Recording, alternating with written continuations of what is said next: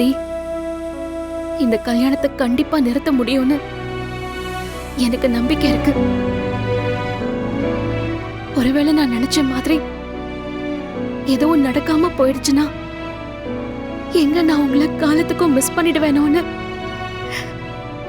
மனசுக்குள்ள ஒரு சின்ன பயம் வந்துகிட்டே தான் இருக்கு. நீங்க முதல் தடவை என்னை விட்டுட்டு போனப்போ அத விதி நினைச்சு என்னால விலகி நிக்க முடிஞ்சது. ஆனா ஆனா இப்போ உங்களை சுத்தி ஒரு சதிவலை பின்னிருக்காங்கன்னு தெரிஞ்சதுக்கு அப்புறம் உங்களை என்னால விட்டுட்டு போக முடியல.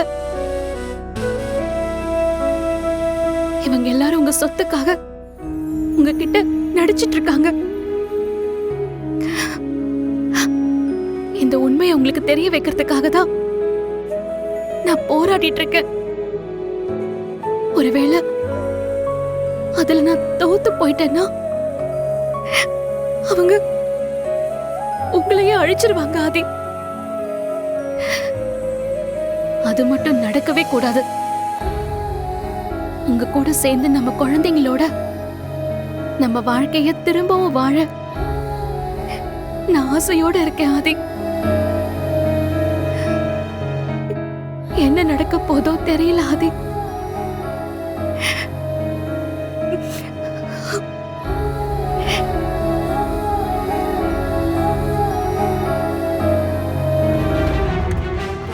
ஃபீல் பண்றேனா?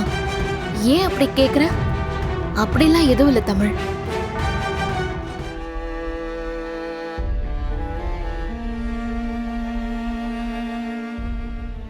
சேச்சே இல்ல தமிழ்.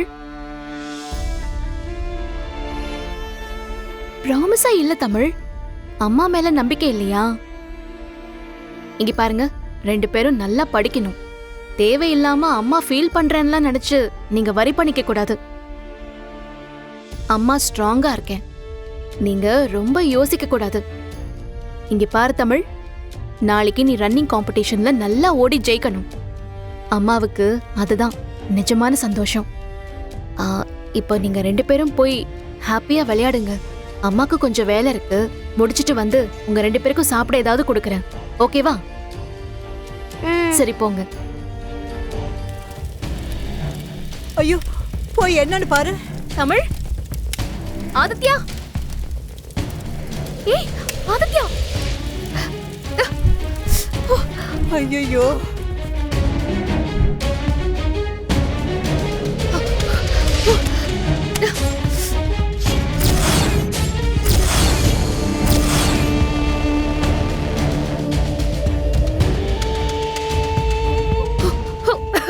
தமிழ், ஆதித்யா, என்ன பண்ணி வச்சிருக்கீங்க? அம்மா, நான் தான் இப்படி பண்ணேன். இந்த கல்யாணனால தான் நமக்கு இவ்வளோ பிரச்சனை. இந்த கல்யாணம் நடக்கவே கூடாதுமா. எங்களுக்கு அப்பா வேணும். என்னடா பண்ணி வச்சிருக்க? தமிழ், நீ முதல்ல ஆதித்யாவை கூட்டிட்டு இங்க இருந்து போ.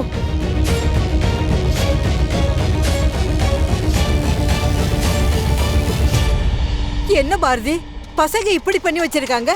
பாட்டி, நீங்களும் முதல்ல இங்க இருந்து கிளம்புங்க. போய் பசங்களை பாத்துக்கோங்க. யாராவது பார்த்தா பிரச்சனை ஆயிட போகுது. பாட்டி, அத பத்தி யோசிக்கிறதுக்கு இது நேரம் இல்ல. நீங்க முதல்ல போங்க. இந்த விஷயத்த நான் பாத்துக்கிறேன். நீங்க போங்க போங்க. பசங்க வாங்க. போ ஆதித்யா. ஏய் பாரதி, என்ன பண்ணிட்டு இருக்க? ஒண்ணும் இல்ல. என்ன ஒண்ணும் இல்ல? ஏய் மித்ரா,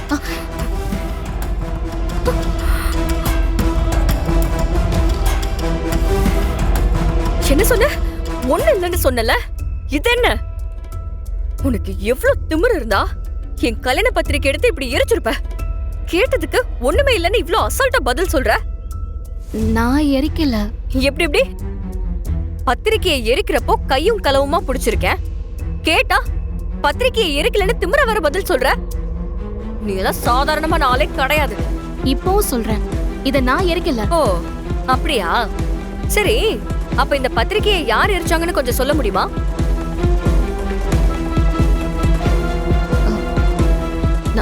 நான் எரிக்கல. நான் கேக்குற கேள்வி புரியலையா? இல்ல புரியாத மாதிரி இருக்கியா? இந்த பத்திரிக்கையை யார் எரிச்சான்னு சொல்லு. சொல்லு. நீ கேவலமானவனு தெரியும். ஆனா பத்திரிக்கையை எரிக்கிற அளவுக்கு நீ போவன்னு நான் கொஞ்சம் கூட எதிர்பார்க்கல. எனக்கு ஒரு விஷயம் புரியல. இப்போ இந்த கல்யாண பத்திரிக்கையை எரிச்சுட்டா கல்யாணம் நடக்காம போயிரும்னு நினைச்சிட்டியா? இப்ப பாரு, இத வச்சே நான் ஓட்டத்துக்கு ஒரு முடிவு கட்டுறேன். பாட்டி, பாட்டி, அண்ணா, எங்க இருக்கீங்க? மித்ரா, என்னாச்சு மித்ரா? ஏன் இப்படி கத்துற?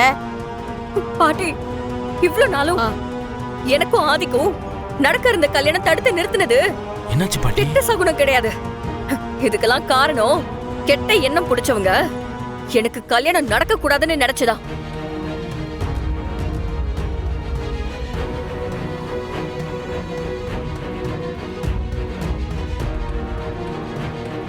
மித்ரா, என்ன நடந்துச்சு? கொஞ்சம் விவரமா சொல்லு. இப்படி தலையும் புரியாம காலும் புரியாம பேசினா எப்படி? சொல்றேன், இன்னைக்கு எல்லாத்தையும் சொல்றேன். என்னோட கல்யாணத்துக்காக தானே நீங்க பத்திரிக்கை அடிச்சு எடுத்துட்டு வந்தீங்க. அந்த பத்திரிக்கைய இதோ இந்த பாரதி எரிச்சுட்டா.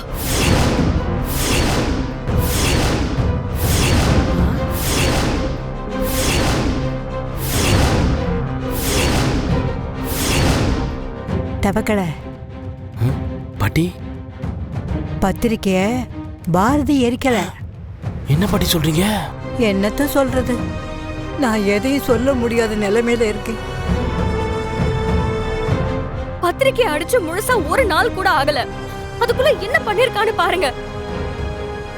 பாரதி, மித்ரா சொல்றது எல்லாம் உண்மையா?